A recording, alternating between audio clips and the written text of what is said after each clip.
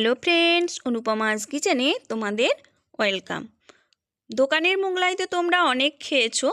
একবার বাড়িতে আমার প্রসেস ফলো করে এগ চিকেন মোগলাই বানিয়ে খেও, দেখবে দোকানের মোগলাই খাওয়া ভুলে গেছো।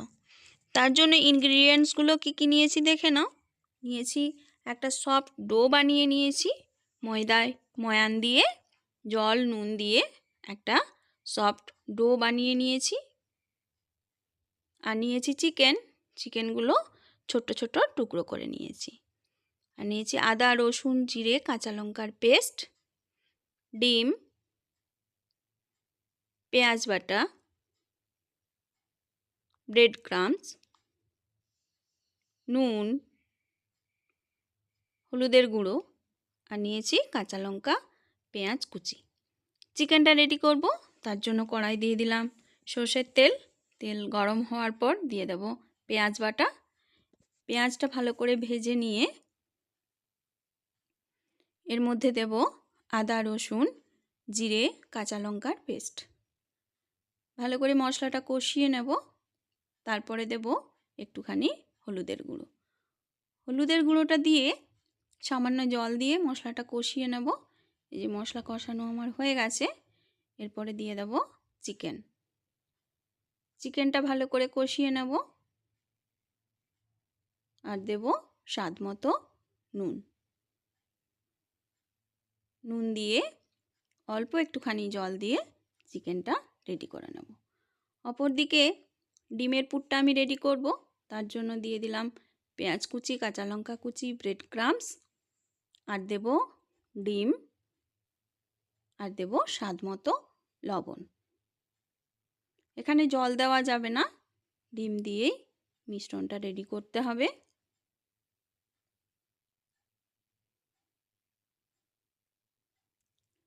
সমস্ত উপকরণগুলো ভালো করে মিশিয়ে নেব।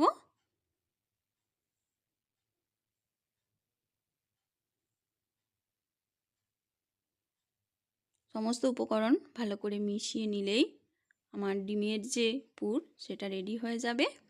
এরপর আমি যে ডো বানিয়ে রেখেছিলাম সেই ডো থেকে রুটির আকারে লেচি কেটে একটা পাতলা রুটির থেকে একটু বড় সাইজের বেলে নেব। এটা যতটা পাতলা হবে পরোটাটা খেতে ততই ভালো হবে, সেই জন্য পাতলা করে বেলে নেবে।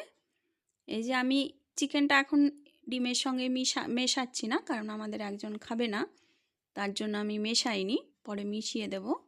এই যে এইভাবে ছড়িয়ে দিয়ে তার উপরে আমি চিকেনটা দিয়ে দেব।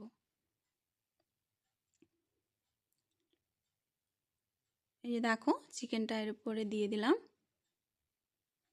চিকেনটা দিয়ে আমি চারপাশটা মুড়ে নেব।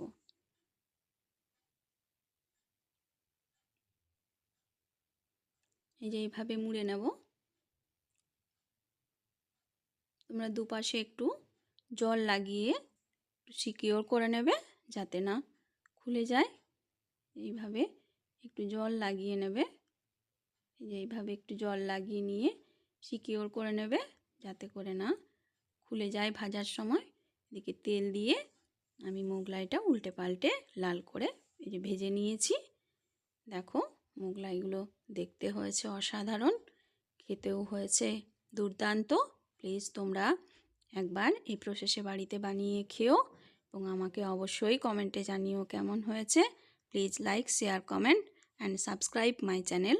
Thank you.